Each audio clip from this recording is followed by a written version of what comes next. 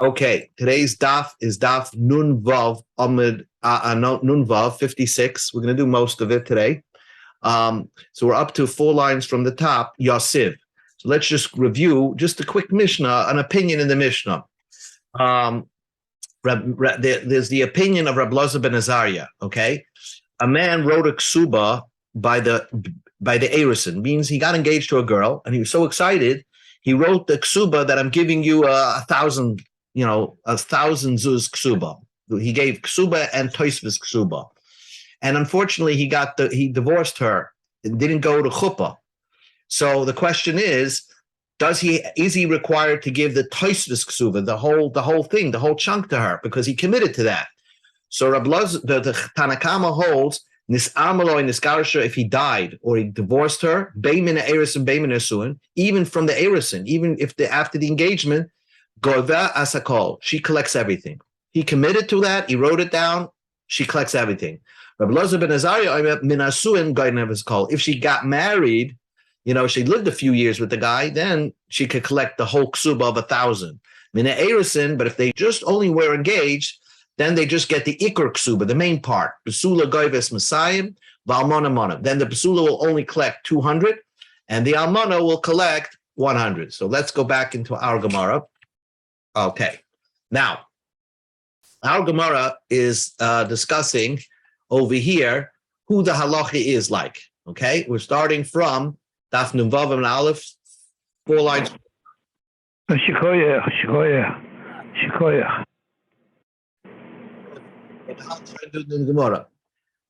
So you can understand why Rab Loza ben Azariah's opinion is. He says that a person only commits to the Taisus Ksuba only if they go through a chuppah. So Yosef Rav Chanina in the Aleph, it says his name is Chanina Kra. It means he's the Chanina of, he was a teacher of children of Chumash, let's say. He was offering his opinion on halacha. And gesessen Kamei de Rabbi Yanai. He was sitting in front of Rabbi Yanai. The halacha is like Rab Loza ben Azariah. So he was saying that he thinks the halacha should be like Rab Loza ben Azariah. Amalei, so Rabbi Yanai told him, "Put krei karach lebra. Go read your chumash to your children, or outside the base medrash. The ain halacha Rab Loza ben Azariah. The halacha is not like Rab Loza ben Azariah, and the halacha is that your guy has to pay everything, even though the marriage ended only after the engagement." Amar Rav Yitzchak bar Avdimi, Mishum Rabbeinu, Rav Yitzchak bar Avdimi said in the name of Rav, halacha Rab Loza ben Azariah. The halacha is like Rab Loza ben Azariah. Amar Rav Nach, so Rav said the halacha is like Rab Loza ben Azariah. Usually Shmuel argues, he's the Bar Plukta of Rav. He argues always in Rav. But here, Amar Rav Nachman, Amar Shmuel, Rav Nachman said in the name of Shmuel, halacha Rab Loza ben Azariah. The halacha is like Rab Loza ben Azariah. So both Rav and Shmuel agreed the halacha is like Rab Loza ben Azariah. But Rav Nachman, the day Amar Rav Nachman himself holds, ain halacha Rab Loza. The halacha is not like Rab Loza ben Azariah. Unerdai mishmeid Rab Nachman, but Nerdai, the yeshiva of Nerdai, they heard from Rab Nachman, who he thinks that they heard Rab Nachman say halacha Rab Loza ben Azariah. The halacha is like Rab Loza ben Azariah. Now, the Afagav, even so, says the Gemara. The Gemara is concluding, who are we going to paskin like? The Afagav, the Lot Rav Nachman of Omar. Rav Nachman gave a curse and said, Kol Dayana the Doyin Rab Loza ben Azariah. Any Dayim that makes his paskins like Rab Loza ben Azariah, I curse him, hachi v'hachi tavi. Such and such a thing should happen to this Dayim. So we see there's a big curse if you paskin like Rab Loza ben Azariah. So technically, if there's a curse there, we should not paskin like Rab Loza ben Azariah. Who wants to be under Rav Nachman's curse? So, but the Gemara says, don't be scared of that. Apilahachi halacha Rab Loza ben Azariah, and the Gemara says it very clearly. V'halacha l'maisa, in the halacha of practice is Rab Loza ben Azariah, like Rab Loza ben Azariah, that if the guy passed on from Erison, you only has to pay the 200 or the 100, not the whole thing. Because he only committed what? He only committed because he thought he was going to go to a wedding and build a family with this woman. So ask the question. Ravin asked the question, what happens if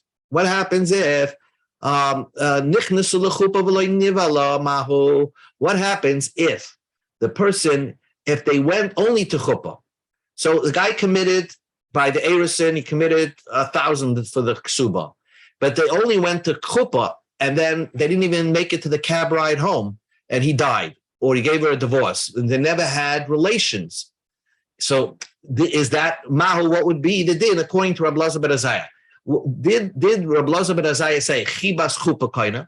What makes it established that he committed to this large ksuba is because the love of the happiness of going through a chuppah that made him solidify the commitment. Or maybe chibas bia kaina. The fact that what makes him solidify this great and commit to this great big ksuba, sizable ksuba, because he's going to have relations with her. And here, that takes place, after day 1 or 2. So here, if he was just nichnas l'chuppah and not nivela, maybe according to Rab Elazar ben Azariah, you don't have to pay the whole thing. If the marriage ended after just the chuppah, and they didn't have many marital relations, perhaps they only pay just the ikar ksuba. So Tashma come in here. The Tani Rav Yosef had a brisa, and it says, Shaloi kosev lo ela al chibas laila harisham. Now look at this word risham. That the guy, we say that when a guy didn't write this commitment, only out of love for that first night. So the first night, what is the first night? Chuppah happens, that is the first night of your marriage. If you say, Bishlam chibas kupa kaina, if you say that the reason why a guy commits to a large ksuba is because he's so excited to go through a chuppah.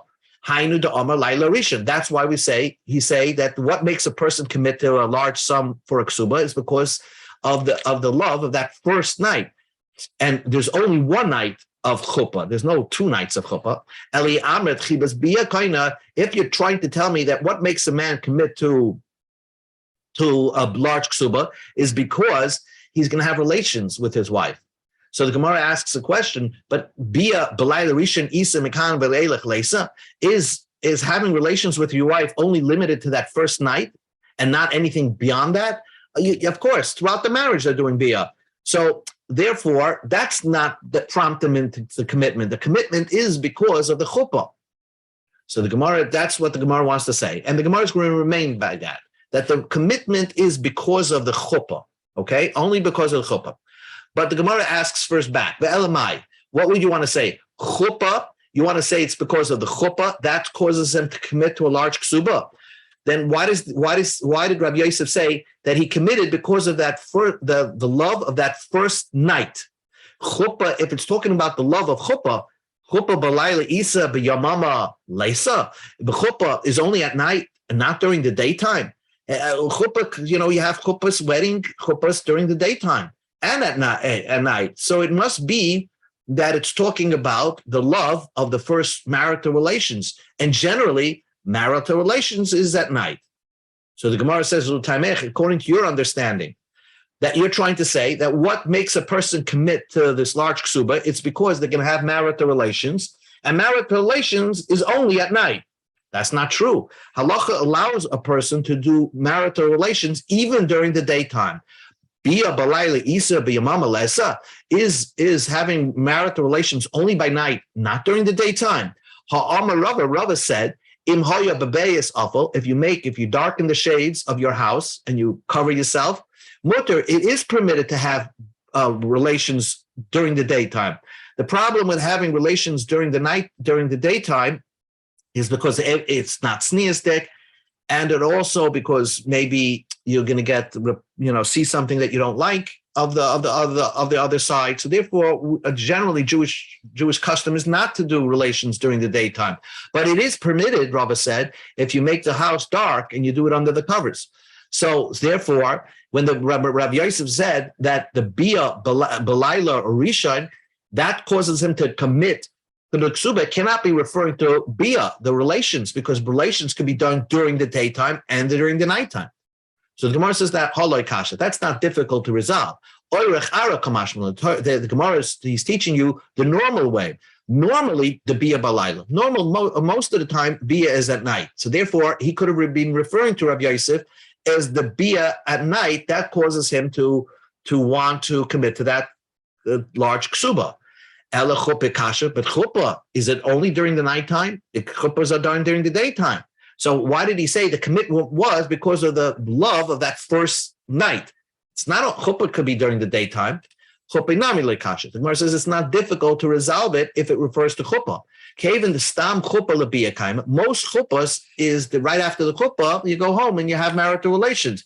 So the balayla that most of the time people make chuppah around the nighttime, not during the daytime, because you want to lead it up to the first marital relations. So what the Gemara just now concluded at this point is like this. Rav Yosef says that why does a person commit to a large ksuba? Because chiba lailas harishan. What the Gemara says, that must be referring to that the love of doing a chuppah. Even if they didn't do bia, the fact that he went to a chuppah, that causes him to solidify his commitment. And that's Rav Yosef's words is precise because he said the word harishan, that first night, which refers to the chuppah, because chuppah is only the first night of the marriage. And the Gemara just said that it doesn't necessarily, even though chuppah can be done during the daytime, but he used the word laila because most of the time chuppahs are done by night. So Boyer Rav Ashi says, okay, you're telling me that chibas chuppah kaina, the love of a chuppah makes him want to commit to his large ksuba. What happens? By Rav Ashi asked the question. They went to the chuppah. In the middle of the chuppah, his wife under the canopy says to him, "Look, I pierced a nida. I just became a nida.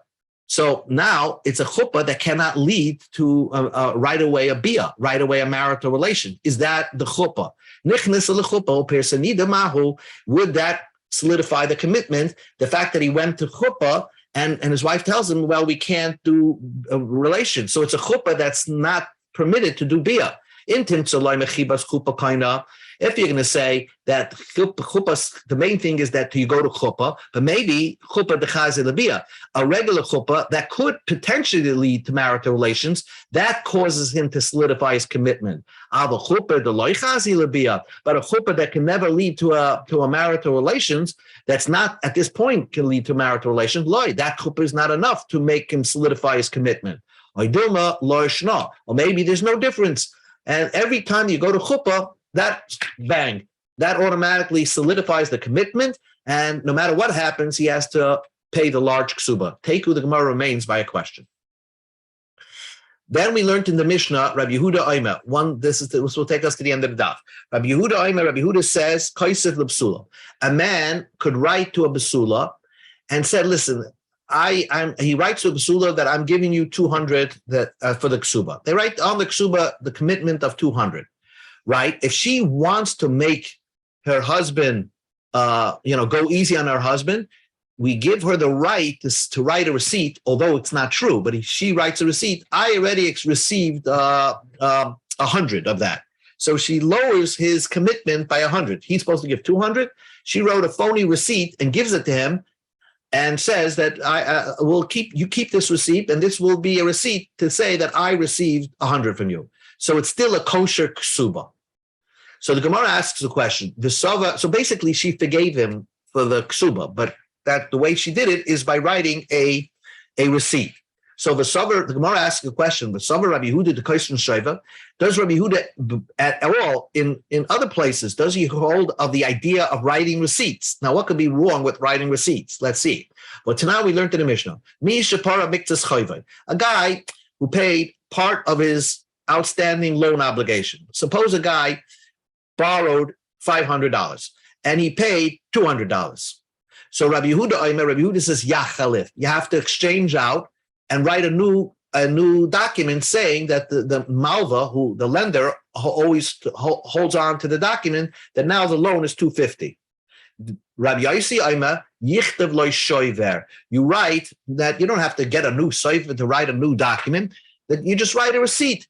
That the malva should give the loiva, the borrower should give the lender a receipt. Here's a receipt that you paid me $250. Now, by doing so, you're causing now the lender to hold on to a receipt, because if he doesn't hold on to the receipt and loses it, then if the borrower doesn't hold on to the receipt and loses it, then potentially the lender could come back and say you owe me $500. So Rabbi Yehuda doesn't like the idea of shoiver. The receipts don't work in Rabbi Yehuda's vernacular. he likes you just rewrite the whole thing. So also over here, how can the husband, who is considered the borrower over here, right, because he owes ksuba, how can he take a receipt on from this woman, writing him a receipt that she received half her ksuba of 100? Rabbi Yirmiyah said, our Mishnah doesn't mean that you actually write a receipt. In the ksuba that the woman is holding on to, she writes on the bottom of it, I received 100. So it's not that the husband's going to hold on to a receipt. It's in the lender, which is the wife. She's the one that he owes the money to. On the bottom of it, it says, oh, that she received 100 already. Abaya says, no. Even if it's not written in the ksuba, the receipt, and she actually wrote it down on a piece of paper and gave it to him, that, you paid me 100. So now the husband has to hold on to the receipt. Rabbi Yehuda never likes when the borrower holds on to a receipt. And here you're asking the husband to hold on to a receipt. So the Gemara says, Bishla Mahasam, in a regular case, a borrower holding on to a receipt, he for sure paid it up. I mean, the borrower paid part of the loan obligation.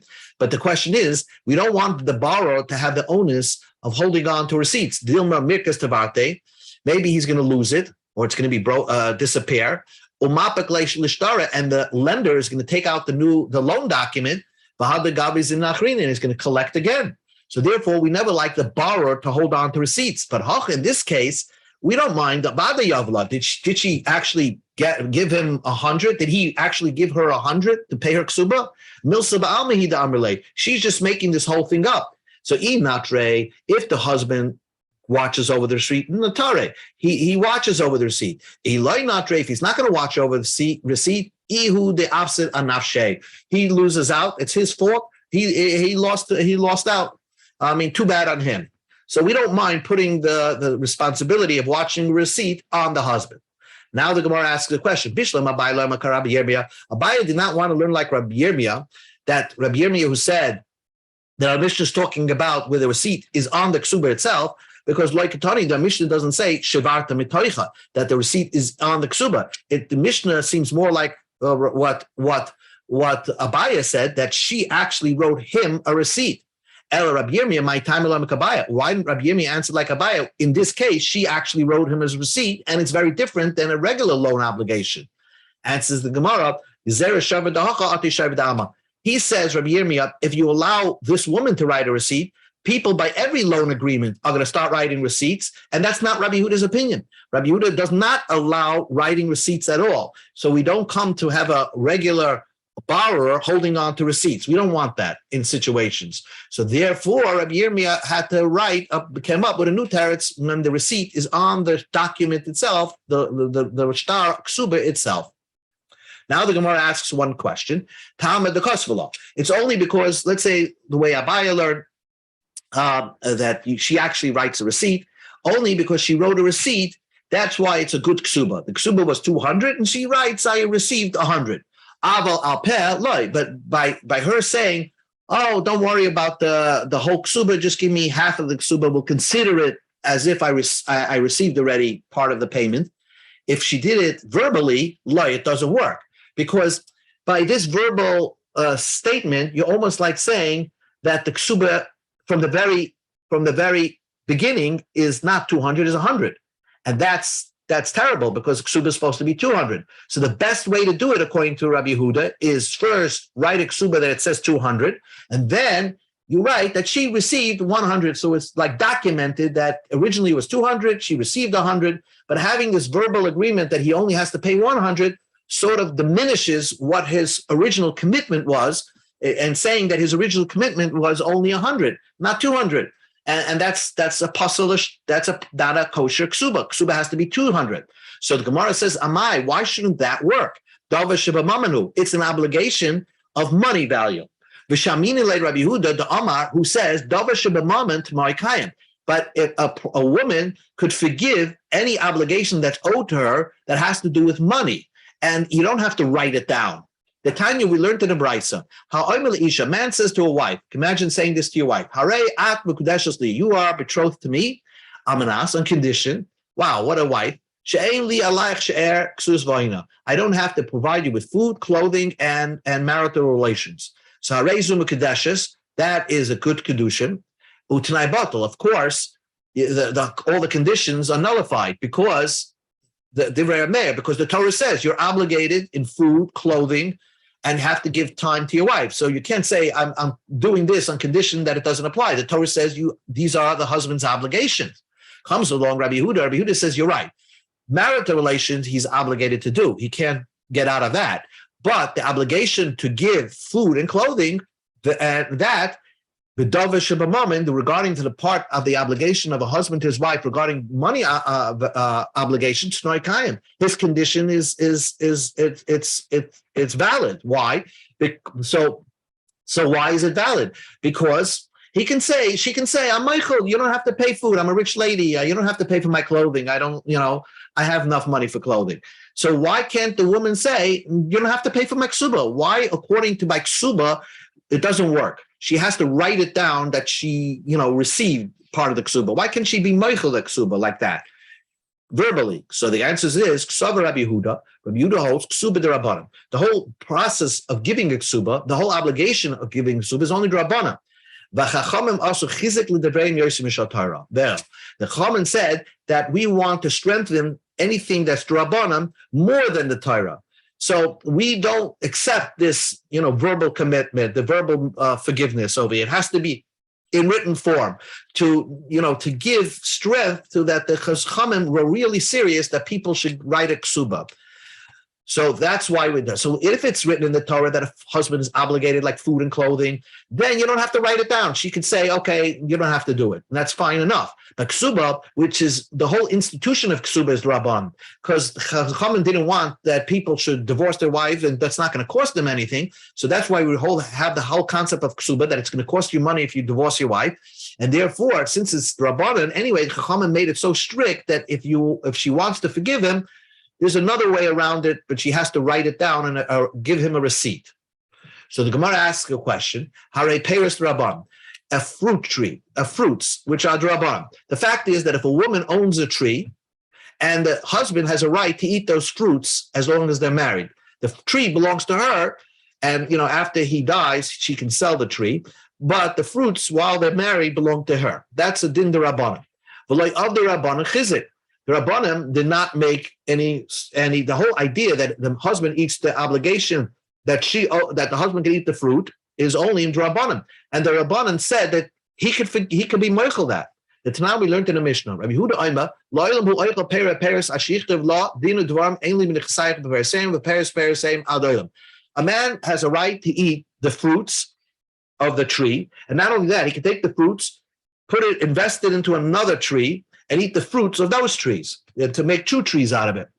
That's the husband's right to his wife's property. But if he says to her, I don't want anything, I don't need any of your possessions, no matter what, the fruits ad olam, it's valid. He doesn't have to, the kaimelon, we go to Amud Beis, the kaimelon, my koisiv oimer. He doesn't have to write it down, write this on a piece of paper. It can be a verbal agreement that he tells his wife, listen, I don't need your stuff. So why is it by kesuba, when the woman wants to forgive her husband, a verbal agreement is not enough? She has to write it down. And when it comes to the husband right to eat the fruits of a tree belonging to his wife, he could say, you can keep it, and I don't want it. I'm releasing my right to take your fruit of your tree. Why? Both of them are din in the Rabbanan, and yet one, you need to write it down. By ksuba, you needed to write it down. And by peres, you don't need to write it down.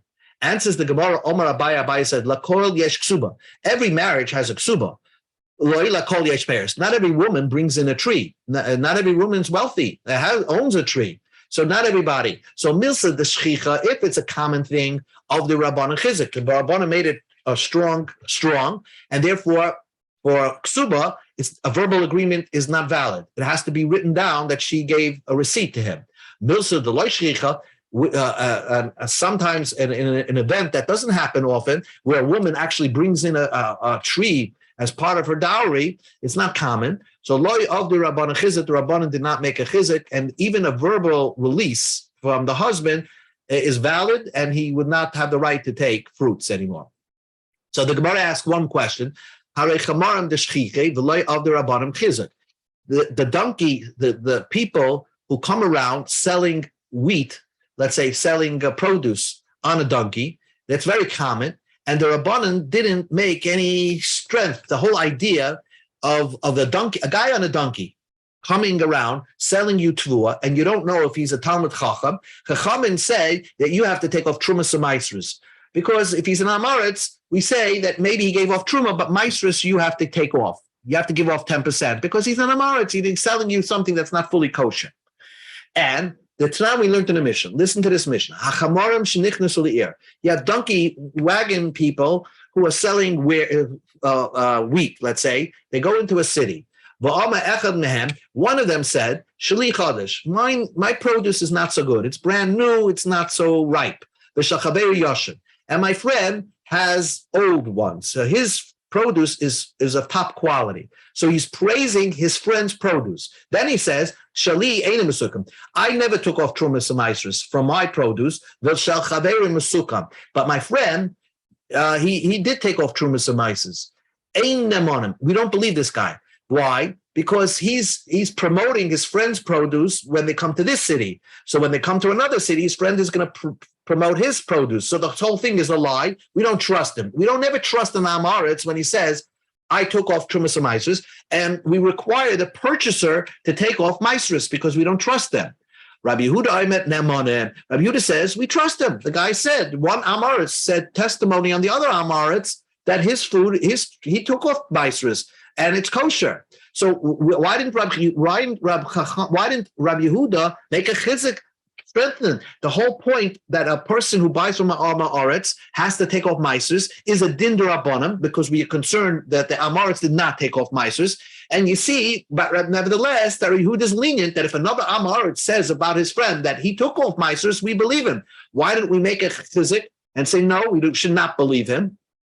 And it says the Gemara, Amar Abaya, Bade de Debrahim of the Rabbanah Chizdik, something that's midrabanan, and it's a sure thing that, for example, that a man is obligated to give a ksuba to his wife. So the Rabbanah made a strengthening, and they strengthened, and they made strict rules regarding that. Safed de Debrahim, the whole concept that you have to take off maisrus from produce that you buy from Amaretz is only Rabbanan anyway, and it's only because the Rabbanan were in doubt.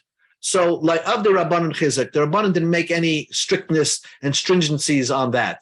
And therefore, by Demai, Rabbi Yehuda went lenient. And Rava Amar, B'Demai Hikilu, at all, the whole point of Demai is not even a suffix. Most Amaratzim actually do take off Maisers. So it's only a small percentage that they don't take off Maisers. So then Rabbi Yehuda was lenient and say you can trust this guy, his friend, saying that I saw my friend take off Maisrus. So Rabbi Yehuda was lenient by Demai, according to Rava, because most Demai is not even a suffix.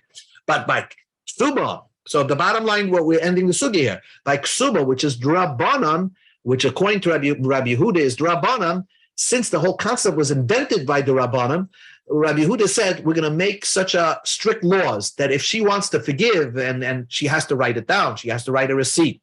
And in other din Rabbanan, sometimes we didn't make any strict laws regarding that. So again, Rabbi Yehuda is of the opinion Ksubas the Rabbanan.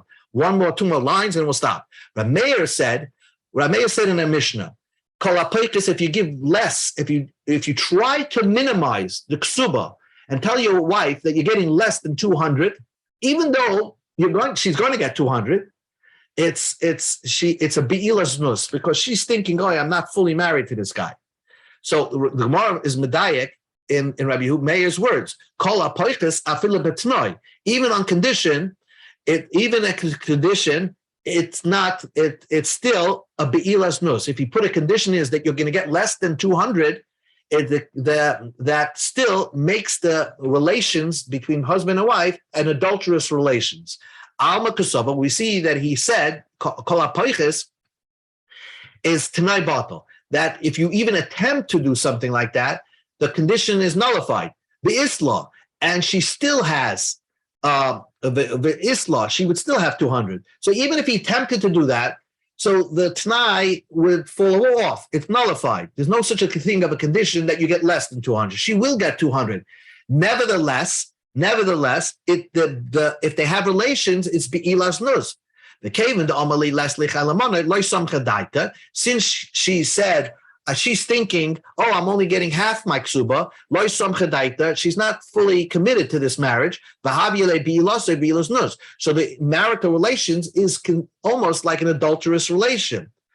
Wait a second. We have opinion Ramea. Kolamasna almasha kosabatari bottle.